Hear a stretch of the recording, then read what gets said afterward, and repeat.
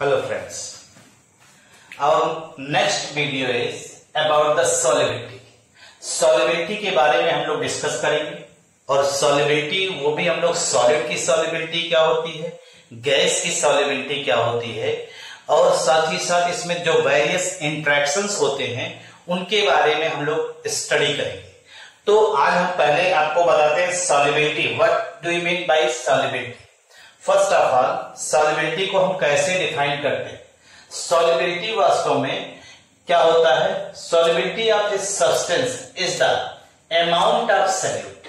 Solubility जो होता है किसी भी सब्सटेंस की वह अमाउंट ऑफ सॉल्यूट होती है जिसको हम लोग डिसॉल्व करते हैं 100 gram of solvent to form saturated solution at a given temperature. अभी हम आपसे चर्चा करेंगे सैचुरेटेड सॉल्यूशन क्या होती है, उसकी चर्चा हम लोग अभी बाद में किया जाएगा। पहले अभी फार्मूला देखिए, लेकिन यहाँ एक कंडीशन दिया एट ए गिवन टेम्परेचर। इसका मतलब टेम्परेचर इंपॉर्टेंट रोल यहाँ पे रिस्पॉन्सिबल होगा, टेम्परेचर का इफेक्ट इंपॉर्टेंट होगा यहाँ पे। अब हम लोग सॉल्युबिलिटी वास्तव में सॉल्युबिलिटी जो होती है weight of solute upon weight of solvent into 100। किसी भी सब्सटेंस की सॉल्युबिलिटी आप इस तरह से फाइंड आउट कर सकते हैं। हम लोग यहाँ पे जो डिस्कस करने चल रहे हैं वो सॉल्युबिलिटी ऑफ सॉलिड के बारे में। तो सॉल्युबिलिटी ऑफ सॉलिड से पहले मैंने आपसे कहा था कि यहाँ पे हम लोग क्या ले रहे हैं, सैचुरेटेड सॉल्यूशन। सैचुरेटेड सॉल्यूशन क्या होता है इसकी चर्चा हम लोग करते हैं।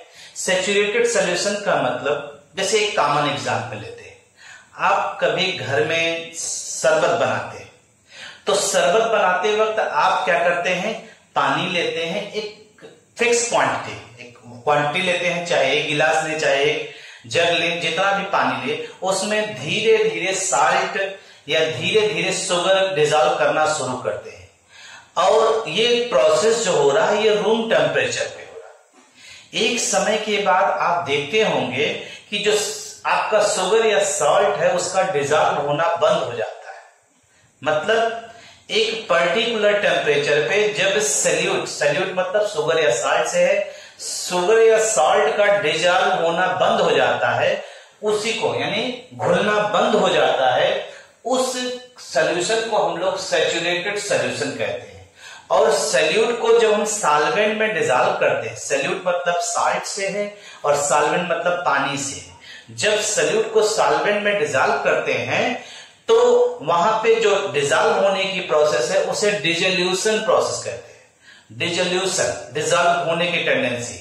तो यहाँ पे और जैसे ही आप डिसॉल्व करेंगे उसमें से कुछ सॉलिडिफाई होते हैं, कुछ क्रिस्टल सॉलिडिफाई होते हैं, उसी को हम लोग क्या कहते हैं, क्रिस्टलाइजेशन। ये सब प्रोसेस होते हैं, आप इसको ऑब्जर्व कर सकते हैं। तो यहाँ पे दिया गया है eight a given temperature. Temperature fix होना चाहिए, अगर आप टेम्परेचर चेंज कर देंगे तो वहां पे अमाउंट ऑफ सॉल्यूट डिसॉल्व होना स्टार्ट और हो जाएगा।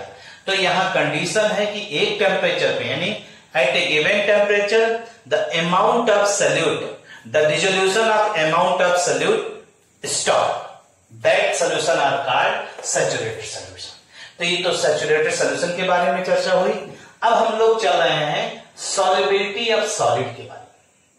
जैसे आपने जो भी चीज किया वो सॉलिड को ही आपने सॉल्वेंट में डिसॉल्व किया, उन्हीं के बारे में हम लोग चर्चा कर रहे हैं। अब हम लोग सॉलिड की सॉल्युबिलिटी को जो है ऑब्जर्व करेंगे। तो सॉल्युबिलिटी जो होती है सॉलिड की किसी भी सॉल्वेंट में, वो इन्फ्लुएंस्ड होती है यानी प्रभावित होती है किससे, nature of solvent and solute. Nature of solvent and solute आप पहले जान लीजिए। सॉल्वेंट का नेचर दो तरह का मान चलिए, एक तो पोलर और एक नॉन पोलर। पोलर का मतलब जिसमें दो पोल बनते हैं, एक एंड पे पॉजिटिव और दूसरे एंड पे नेगेटिव। और ये टेंडेंसी तभी क्रिएट होगी जब इलेक्ट्रोनेगेटिविटी में डिफरेंस होगा। और दूसरा यहां पे है नॉन पोलर। नॉन पोलर का मतलब है दो ऐसे आइटम्स कम से कम होने चाहिए जिनके बीच की इलेक्ट्रोनेगेटिविटी डिफरेंस बहुत कम हो या ऑलमोस्ट नेग्लिजिबल हो या सिमिलर हो, वो नॉन पोलर होंगे। ऐसे ही हम लोग नॉन पोलर सॉल्यूट और नॉन पोलर सॉल्वेंट को भी हम लोग मतलब सॉल्वेंट को नॉन पोलर और पोलर में और सॉल्यूट को भी नॉन पोलर और पोलर में कैटेगराइज करते हैं। कुछ सल्यूट जो होते हैं वो तमाम और भी टाइप के होते हैं, जैसे आयनिक सॉलिड हुआ, जैसे NaCl, अभी सबकी चर्चा किया जाएगा, जैसे डायमंड हुआ, ग्रेफाइट हुआ, ये सब मॉलिक्यूलर सॉलिड, नेटवर्क सॉलिड है, कोवैलेंट सॉलिड होगा। इन सभी की सॉलिबिलिटी की हम लोग चर्चा करेंगे। तो सबसे पहली चीज आइए देखते हैं, nature of solvent and solvent, इनकी चर्चा हम लोग करते हैं। तो हमने आपसे चर्चा किया सॉल्युबिलिटी ऑफ सॉलिड। अगर आप सॉल्युबिलिटी ऑफ सॉलिड की हम लोग चर्चा कर रहे हैं तो देखिए आप पढ़ने चल रहे हैं nature of solvent and solute, अभी डिस्कस करते हैं इसके बारे में। तो एक थियरी आपने पढ़ा होगा, लाइक डिजॉल्व लाइक, ये सब 9th स्टैंडर्ड की है भाई थियरी, लाइक डिजॉल्व लाइक। अगर आपने सुना होगा समन समान को घोलता है, यानी जो पोलर होगा वो पोलर यानी पोलर सॉल्वेंट पोलर सॉल्यूट को डिजॉल्व करेगा, non polar solvent non polar solute को डिजॉल्व करेगा। यानी इसका मतलब क्या हुआ, it means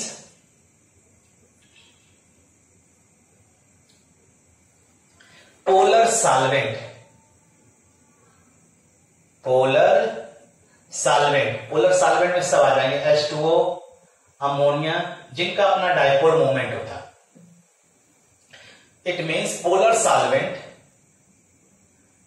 dissolve polar or ionic compound, polar solvent dissolve polar और आयनिक कंपाउंड। जैसे अभी हम लोग लेंगे, इसकी चर्चा करेंगे, तो ये पोलर पोलर को डिजॉल्व कर रहा है। उसी तरह से non polar solvent dissolves non polar solute, ये सब चर्चा भी हम लोग करेंगे। ये non polar solvent dissolve non polar solute. तो यहां पर ये सीधा सीधा है लाइक डिजॉल्व लाइक, इसका मतलब है सॉल्वेंट भी अगर पोलर है तो सॉल्यूट भी है, तो आयनिक या पोलर हो तो वो डिजॉल्व होंगे। सॉल्वेंट नॉन पोलर है तो सॉल्यूट भी नॉन पोलर होगा तो वो डिजॉल्व हो जाएगा। आप नॉन पोलर सॉल्वेंट का ले सकते हैं, बेंजीन है, ईथर है, टॉल्यूइन है, ये सब नॉन पोलर सॉल्वेंट है, नॉन पोलर सॉल्वेंट। ठीक है, नॉन पोलर सॉल्यूट में आप ले सकते हैं कोलेस्ट्रॉल है,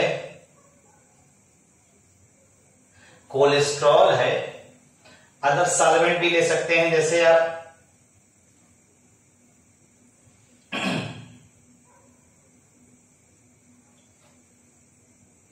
आयोडीन है।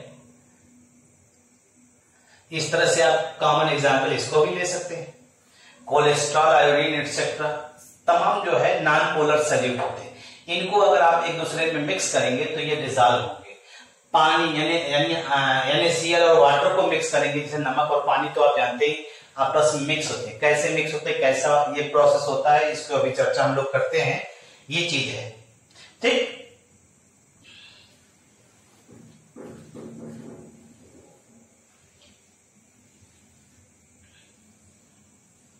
दूसरा आपने सुना होगा, एक कुछ ऐसे भी कंपाउंड होते हैं जो वाटर में डिजॉल्व होते हैं।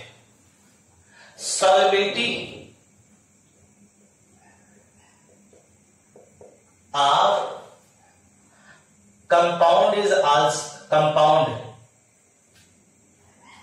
इन water is also due to, आपने सुना होगा, हाइड्रोजन बॉन्डिंग। ये भी कहा जाता है कि जो भी कंपाउंड हाइड्रोजन बॉन्डिंग का फॉर्मेशन करेगा वाटर के मॉलिक्यूल के साथ या सॉल्वेंट के साथ, वो भी सॉल्युबल होगा। और एक कॉमन एग्जांपल है जैसे आपने सुना होगा अल्कोहल जो है वाटर में डिजॉल्व है, तो जैसे ethanol dissolve in water, dissolve in water, और इसका कारण क्या है? Due to H bonding, hydrogen bonding. Hydrogen bonding की वजह से वो डिजॉल्व होता है। हाइड्रोजन बॉन्डिंग कौन सी पाई जाती है, अब इतना डिटेल नहीं, लेकिन फिलहाल जान लीजिए इंटरमॉलिक्यूलर हाइड्रोजन बॉन्डिंग होती है। नहीं, आपके दिमाग में कौन सी हाइड्रोजन बॉन्डिंग यहां पाई जा रही है? इंटरमॉलिक्यूलर हाइड्रोजन बॉन्डिंग पाई जाती है इसमें, तो इस वजह से ये सॉल्युबिलिटी शो करते हैं। जैसे आप कुछ ऐसे भी नेटवर्क सॉलिड देखिए, अगर आप नेटवर्क सॉलिड की बात करते हैं,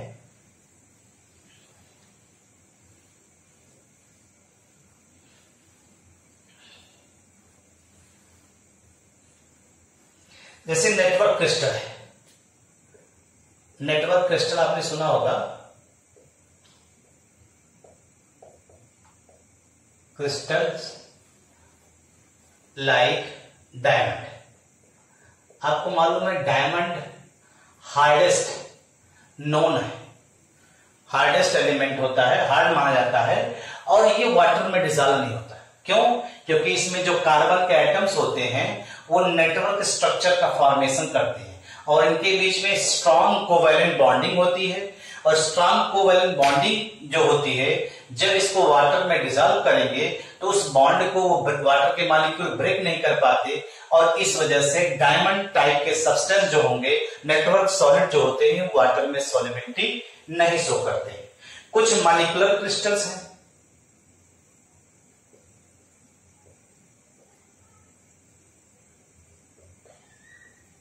कुछ मॉलिक्यूलर क्रिस्टल्स होते हैं, ठीक है, वो held together by, held together by weak London force, या कहिए एक प्रकार से वांडरवाल फोर्स, वांडरवाल फोर्स, ठीक। और लंदन फोर्स या वांडरवाल फोर्स मोस्टली ये माना जाता है, London force non polar compound में, नॉन पोलर मॉलिक्यूल में लगता है, तो इसलिए ये जो होंगे dissolve in soluble non polar solvent, soluble in non-polar solvent, non-polar solvent। तो ये कुछ ऐसे कंपाउंड हैं जिनको हम लोग कह सकते हैं कि ये सब नॉन पोलर है।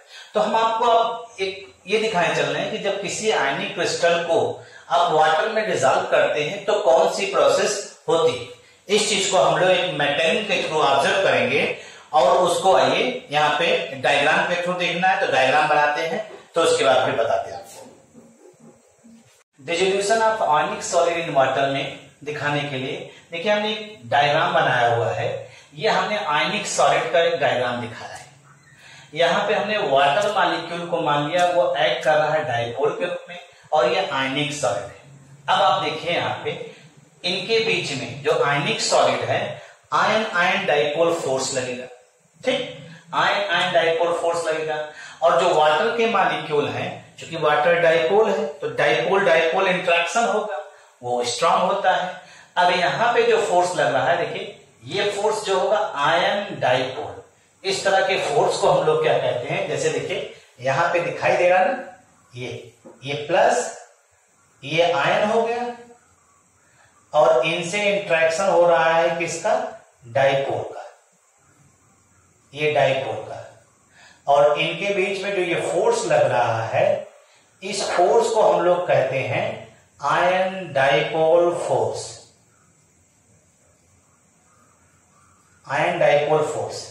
इस फोर्स के थ्रू ये दोनों एक दूसरे से डिसॉल्व होंगे। तो ये क्या करेगा, ये फोर्स इतना स्ट्रांग होगा कि ये इस आयन को, देखिए पॉजिटिव को अपने साथ खींच लिया। जब पॉजिटिव को ये अपने साथ, देखिए ये इस आयन को ये डायपोल अपनी तरफ अट्रैक्ट कर लिया, तो ऑटोमेटिक है इस पॉजिटिव के चारों तरफ वाटर के डायपोल जो है वो चारों तरफ से इसको सराउंड कर लेंगे, मतलब इसको चारों तरफ से इस तरह से कवर कर लेंगे। और यहाँ पे देखिए इस निगेटिव आयन को इस डायपोल के पॉजिटिव ने अपनी तरफ अट्रैक्ट किया, तो निगेटिव को चारों तरफ से ये क्या कर रहे हैं, इस वाटर के डाइपोल का, यानी पॉजिटिव एंड जो है वो निगेटिव को अट्रैक्ट कर रहा है और वाटर का निगेटिव एंड पॉजिटिव आयन को अट्रैक्ट कर रहा है और इस तरह से डिसोल्यूशन प्रोसेस स्टार्ट होती है। तो अब देखिए जैसे ही आयन और डाइपोल में इंट्रैक्शन होगा तो यहां पे आप जानते हैं इस इंट्रैक्शन की वजह से यहां एनर्जी रिलीज होती है और जो एनर्जी रिलीज होती है उसे हम लोग हाइड्रेशन या सॉल्वेशन कहते हैं। हाइड्रेशन या सॉल्वेशन एनर्जी कहते हैं। और आपको मालूम है आयन और आयन एक दूसरे से जुड़े रहते हैं, उसे हम लोग क्या कहते हैं, लैटिस एनर्जी। यानी प्लस और माइनस जिस बॉन्ड से जुड़े रहते हैं उस बॉन्ड को तोड़ने में जो एनर्जी लगेगी उसे हम लोग क्या कहेंगे, लैटिस एनर्जी। इसका मतलब है ये आयन अपने आयन को छोड़ के बाहर जा रहा है। इसका मतलब है हाइड्रेशन एनर्जी या सॉल्वेशन एनर्जी अगर ज्यादा होगी किसकी अपेक्षा, लैटिस एनर्जी से, तो कंपाउंड जो है वो सॉल्युबल होगा, यानी वो डिसॉल्व हो जाएगा। तो यहां पर यही चीज हो रहा है कि जो हाइड्रेशन एनर्जी है, यानी hydration energy is much more greater than lattice energy, that's why NaCl are dissolve in water. और एक चीज और ध्यान रखिएगा, तो इसका मतलब ये हमने बताया आपको जो कि हाइड्रेशन एनर्जी क्या होना चाहिए, hydration energy is greater than solvation energy, sorry, hydration energy is greater than lattice energy, lattice energy. अगर हाइड्रेशन एनर्जी ग्रेटर है लैटिस एनर्जी से तो कंपाउंड यानी आयनिक कंपाउंड की बात हो रही है यहां पे, ionic compound must be soluble, ionic compound must be soluble. एक चीज और ध्यान रखिएगा, जो लैटिस एनर्जी होती है वो आयन पे डिपेंड करती है। आयन की साइज जितनी छोटी होगी उसकी लैटिस एनर्जी उतनी ही ज्यादा होगी, ठीक। तो आयन जितना बड़ा होगा, ये तो दोनों आयन कैटायन और एनायन दोनों की साइज कंपेरेबल होगी तब भी लैटिस एनर्जी ज्यादा हो सकती है। लेकिन कहा जाता है higher the lattice energy smaller the solubility of compound, ठीक। ये तमाम चीजें जो लैटिस एनर्जी से रिलेटेड है, इसको जब नेक्स्ट कभी वीडियो अपलोड करेंगे तो उसमें आपको लैटिस एनर्जी से रिलेटेड ढेर सारी चीजें बताएंगे। अभी सिर्फ इतना जानिए कि हाइड्रेशन एनर्जी ये है और आयनों को, जो आयन प्लस और माइनस को बाइंड किए हुए है, जिस फोर्स से वो बाइंड किए उसे हम लोग क्या कह रहे हैं, लैटिस एनर्जी। तो हाइड्रेशन एनर्जी अगर ग्रेटर देन लैटिस एनर्जी तो आयन अलग होगा तो जाकर के वो कंपाउंड में सॉल्युबिलिटी शो करेगा, ठीक है भाई। और यहां पे एक चीज और ध्यान रखिएगा, जब एनर्जी ज्यादा निकलेगी, एनर्जी ज्यादा इवॉल्व हो रही है तो इसका मतलब एक्सोथर्मिक प्रोसेस, और जब आपको यही काम करने के लिए एनर्जी देनी पड़ेगी तो एंडोथर्मिक प्रोसेस है। तो हम लोग डिसोल्यूशन प्रोसेस में डेल्टा H की वैल्यू निकालते हैं। डेल्टा H जो होता है वो सॉल्यूशन बराबर होता है ये डेल्टा H लैटिस और प्लस डेल्टा H हाइड्रेशन, ये हो जाएगा, ठीक। अब अगर हाइड्रेशन एनर्जी ज्यादा हो जाएगी, हाइड्रेशन एनर्जी अगर ज्यादा है तो ऑटोमेटिक ये निकलेगी, एनर्जी निकलेगी तो इसकी वैल्यू अपने आप माइनस में, एनर्जी अगर इवॉल्व हो रही है तो माइनस में हो जाएगा और इसकी वैल्यू कम हो जाएगी तो डेल्टा H सोल्यूशन की वैल्यू क्या हो जाएगी, निगेटिव। यानी डेल्टा H सोल्यूशन अगर निगेटिव होगा तो compound must be soluble, compound must be soluble. ये आपका जो है dissolution of ionic solid in water है, इस चीज को हम लोग ऑब्जर्व करते हैं। अब हम लोग जो है एनर्जी चेंज के बारे में पढ़ेंगे। जो सोल्यूशन प्रोसेस है, यानी जब किसी सॉलिड को आप किसी सॉल्वेंट में डिसॉल्व कर रहे हैं तो सोल्यूशन प्रोसेस की बात करते हैं। तो यहां पे देखिए इंट्रैक्शन क्या हो सकता है? सॉल्वेंट में सॉल्वेंट सॉल्वेंट का इंट्रैक्शन होगा, जो सल्यूट रहेगा सल्यूट सल्यूट का इंट्रैक्शन रहेगा, और जब दोनों को आप मिक्स करेंगे तो इसको मिक्स किया इसमें, तो ये आपका जो है सॉल्वेंट और सल्यूट का इंट्रैक्शन हुआ। कंडीशन इन्होंने क्या रखा है कि ये तभी जो है सॉल्युबल होगा जब इनका इंट्रैक्शन जो है, ये जो इंट्रैक्शन आप देख रहे हैं, ये देखिए इन्होंने क्या कंडीशन बताई है, solutions form when these three kinds of forces are similar. मतलब अगर ये फोर्सेस सिमिलर हैं तो जब इनको आपस में मिक्स करेंगे तो सॉल्यूशन का फॉर्मेशन होगा, अन्यथा सॉल्यूशन का फॉर्मेशन नहीं होगा। जैसे हम इसी में अगर एग्जांपल लें, आपने सुना होगा लाइक डिजॉल्व लाइक, ठीक, लाइक डिजॉल्व लाइक पढ़ा था। तो लाइक डिजॉल्व लाइक में आपने कहा था कि पोलर पोलर को डिजॉल्व करेगा, नॉन पोलर को। तो पोलर में यहां पे देखिए पोलर सॉल्वेंट पोलर सॉल्यूट, ठीक, तो पोलर ये है पोलर ये है, तो जब दोनों को मिलाएंगे तो फिर पोलर डाइपोल डाइपोल फोर्स लग रहा है। यानी पोलर सॉल्वेंट अगर डिजॉल्व हो रहा है पोलर सॉल्यूट में तो ये तीनों फोर्स एक समान होंगे। जैसे एग्जांपल हम लेते हैं, ये आपने लिख लिया होगा, इसको आप देखिए, इसी का कंडीशन लेते हैं। ये कंडीशन है तीनों फोर्स इक्वल मैग्नीट्यूड के, इक्वल नेचर के हो, इक्वल स्ट्रेंथ के हो, तभी ये संभव हो सकता है। आपने अभी जो है तीनों इंट्रैक्शन के बारे में लिया, तो उसी में अभी इससे पहले तो एक थ्योरी पर लाइक डिजॉल्व लाइक की अगर हम लोग बात करते हैं तो वहां पे आप देखिए NaCl को वाटर में डिजॉल्व किया था आपने। NaCl अगर वाटर में डिजॉल्व हो रहा है तो वाटर डाइपोल होता है, डाइपोल डाइपोल फोर्स लगेगा, ये सॉल्वेंट सॉल्वेंट इंट्रैक्शन हो गया। NaCl आयनिक है, आयन फोर्स कहिए या आयनिक फोर्स कहिए, ये सैल्यूट सैल्यूट इंट्रैक्शन हो गया, सैल्यूट सैल्यूट इंट्रैक्शन हो गया, ठीक। और NaCl वाटर को जब हम लोग लेंगे तो ये हो गया सॉल्वेंट और सैल्यूट सैल्यूट इंट्रैक्शन हो गया। अब तीनों इक्वल मैग्नीट्यूड के होंगे, तीनों जो है, तीनों का जो मैग्नीट्यूड करने का मतलब तीनों का जो नेचर है, नेचर ऑफ बॉन्डिंग है, या कहिए एक प्रकार से स्ट्रेंथ जो होगी वो एक समान होगी, इसलिए NaCl पानी में डिजॉल्व हो सकता है। ये भी इस तरह से भी हम लोग इस चीज को ऑब्जर्व कर सकते हैं। आइए और कुछ एग्जाम्पल लेते हैं। जैसे आपने अभी कहा non polar solvent, non polar की बात कही थी, नॉन पोलर लिया आपने सॉल्वेंट जैसे बेंजीन और सल्यूट मान लेंगे जैसे कोलेस्ट्रॉल,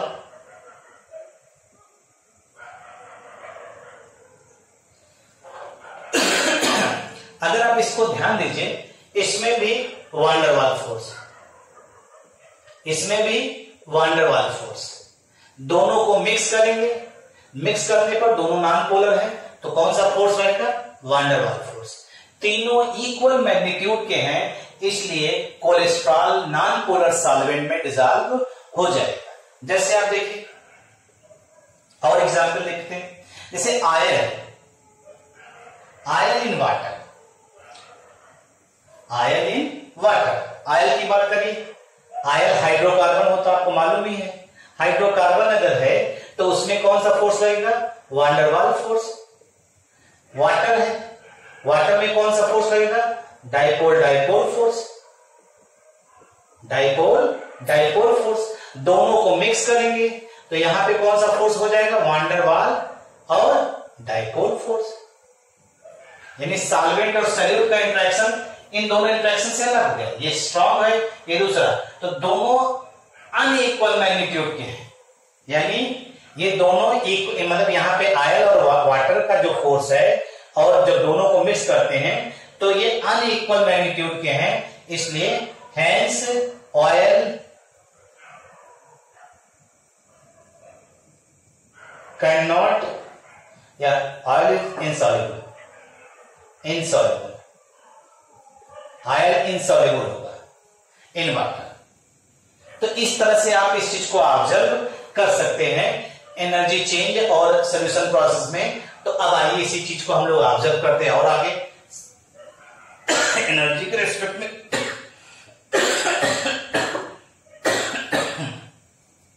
जितने भी केमिकल और फिजिकल प्रोसेस होते हैं वो सब के सब फ्री एनर्जी चेन से एसोसिएटेड होते हैं, और फ्री एनर्जी चेन से हम किसी भी प्रोसेस के बारे में इंफॉर्मेशन कलेक्ट कर सकते हैं। तो आइए इसको ऑब्जर्व करते हैं। जैसे हमने आपसे कहा कि जितने भी डिसोल्यूशन प्रोसेस होते हैं, जैसे तमाम केमिकल और फिजिकल प्रोसेस होते हैं, वो सब एसोसिएटेड होते हैं फ्री एनर्जी चेन से। वैसे ही डिसोल्यूशन प्रोसेस भी वो एसोसिएटेड है फ्री एनर्जी चेन से। और आप जानते हैं फ्री एनर्जी चेंज किसी भी सिस्टम को अगर निकालना हो तो delta G equal to delta H minus T delta S होता है। और यहाँ डेल्टा एच क्या है? अब डेल्टा एच जो है या हीट फ्लो है या हीट फ्लो और out of the system during dissolution. जब भी आप किसी सॉलिड को किसी लिक्विड में डिसॉल्व करते हैं तो उसमें हीट फ्लो हो रहा है, यानी हीट इवॉल्व हो रही है, एब्जॉर्ब हो रही है डिसोल्यूशन में, ये पता चलता है। टी डेल्टा एस जो है वो टेम्परेचर डिपेंडेंट एंट्रोपी। एंट्रोपी का मतलब होता है degree of randomness, measurement of degree of randomness, इसको आप बताते हैं। तो टी डेल्टा एस जो है टेम्परेचर डिपेंडेंट एंट्रोपी होता है, जो मेजर करता है change in the amount of molecular disorder, यानी डिसऑर्डर या रैंडमनेस का जो मेजरमेंट होता है उसी को आप क्या कहते हैं? एंट्रोपी कहते हैं। अगर आप इसी को ध्यान दीजिए, किसी भी सॉलिड को अगर आप सॉल्वेंट में डिसॉल्व करते हैं तो रैंडमनेस इंक्रीज करता है। सॉलिड डिसॉल्व होगा अगर किसी सॉल्वेंट में, रैंडमनेस इंक्रीज करेगा, यानी प्रोसेस मूव कर रहा है, यानी डेल्टा एस की वैल्यू क्या हो रही है? बढ़ रही। ये बढ़ रहा है तो ये बढ़ेगा, तो इसी से हम लोग पता चलेंगे कि प्रोसेस स्पॉन्टेनियस है कि नहीं। और अगर एक लिक्विड को दूसरे लिक्विड में हम लोग डिसॉल्व करते हैं तो भी रैंडमनेस इंक्रीज करता है, यानी एंट्रोपी जो सिस्टम की है वो इंक्रीज करती है। इसके हिसाब से हम लोग ये कह सकते हैं कि अगर डेल्टा जी की वैल्यू अगर नेगेटिव है, प्रोसेस स्पॉन्टेनियस होगा। अगर डेल्टा जी की वैल्यू नेगेटिव है यानी डिसोल्यूशन प्रोसेस हो रहा है। If delta G is negative, process is spontaneous. Process is spontaneous. Process जो होगा वो स्पॉन्टेनियस होगा। और अगर डेल्टा जी की value is positive, process is non spontaneous.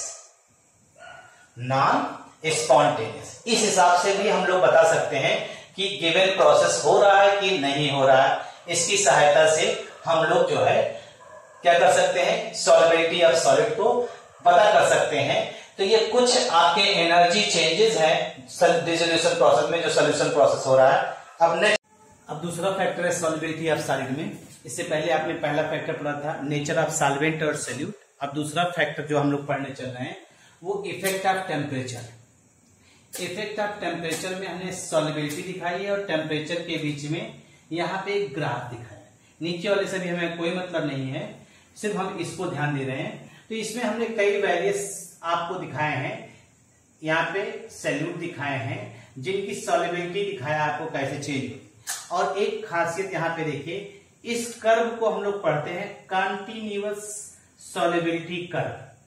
ये कॉन्टिन्यूअस सॉल्युबिलिटी कर्व है। देखिए सब में कहीं कोई ब्रेक नहीं होगा, वो इसको हम लोग ऑब्जर्व करेंगे। तो अगर कहीं पर भी कर्व जो है आपका ब्रेक हो जाता है तो वो डिसकंटिन्यूअस सॉल्युबिलिटी कर्व कहलाता है, वो अभी चर्चा किया जाएगा।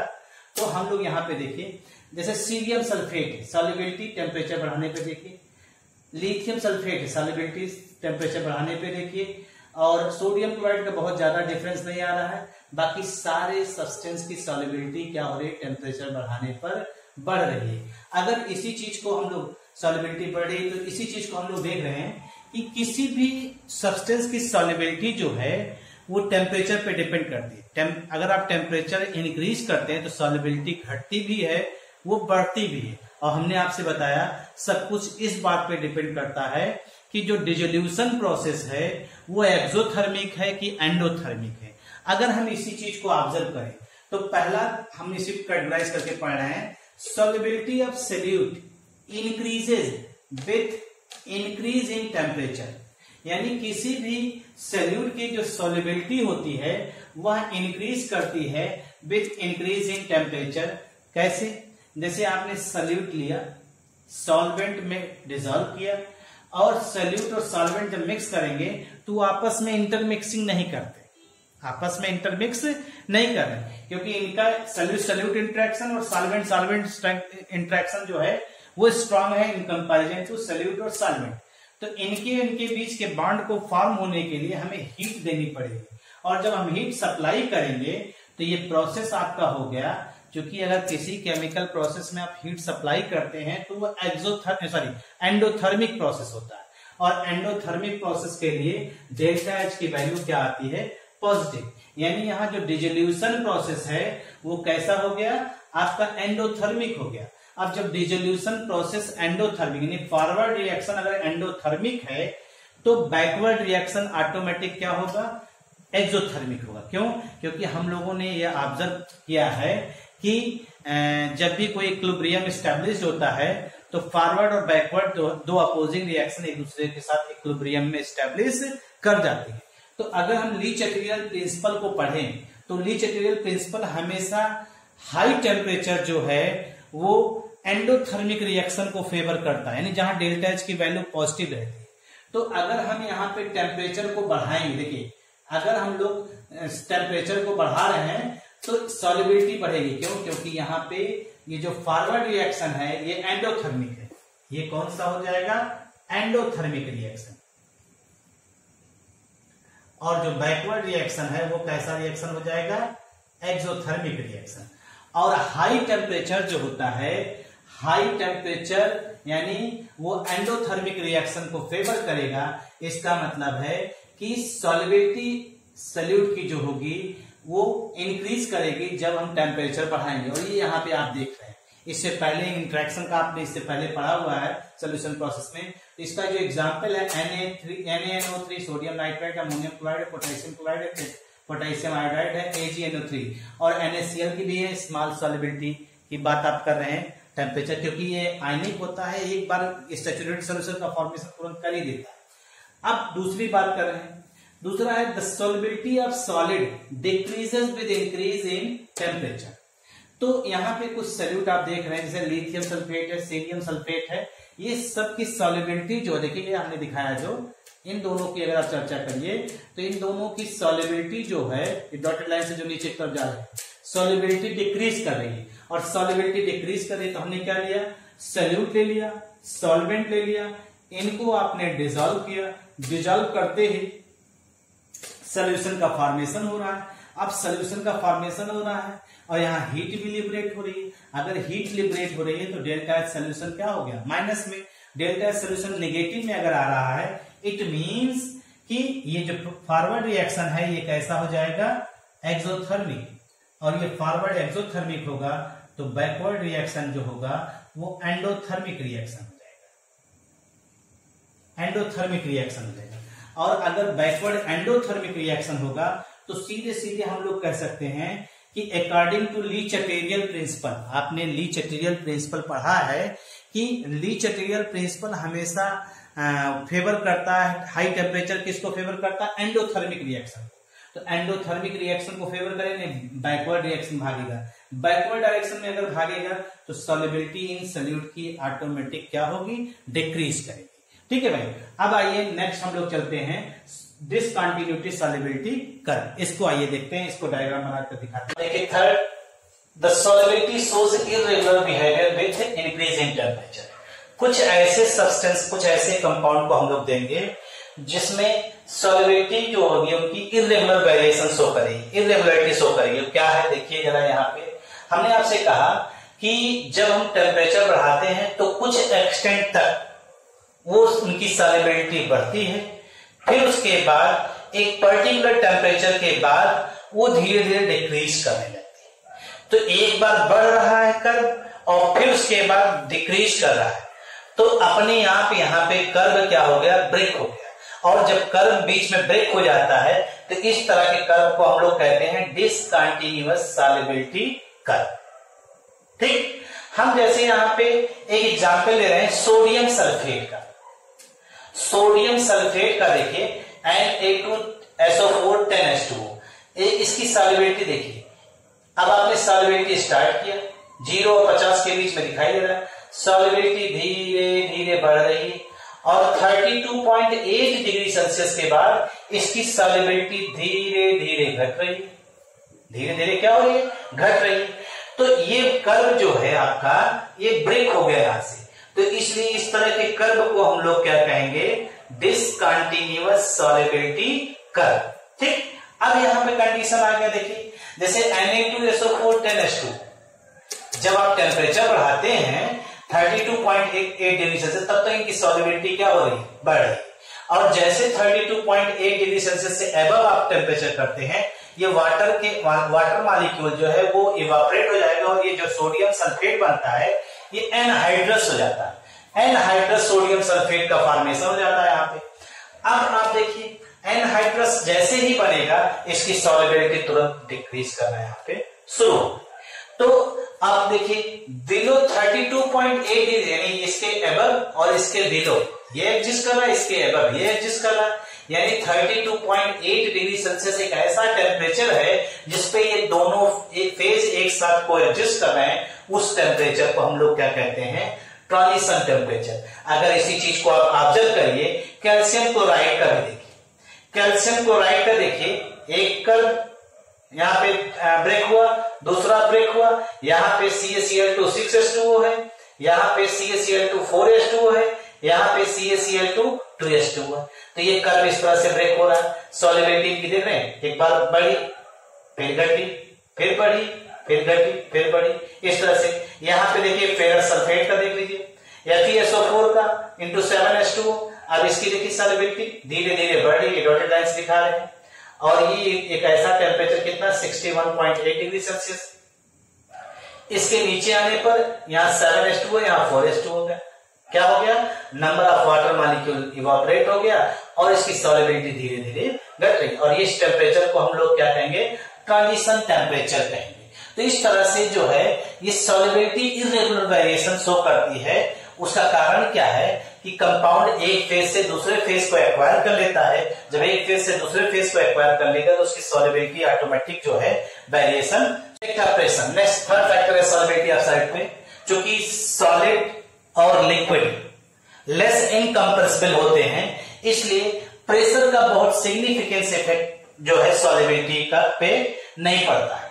और ये कॉमन एग्जांपल है, जैसे अगर हम 500 atm प्रेशर बढ़ा लें, मतलब तो सॉल्युबिलिटी जो है वाटर में लगभग 2.3% इंक्रीज करती है।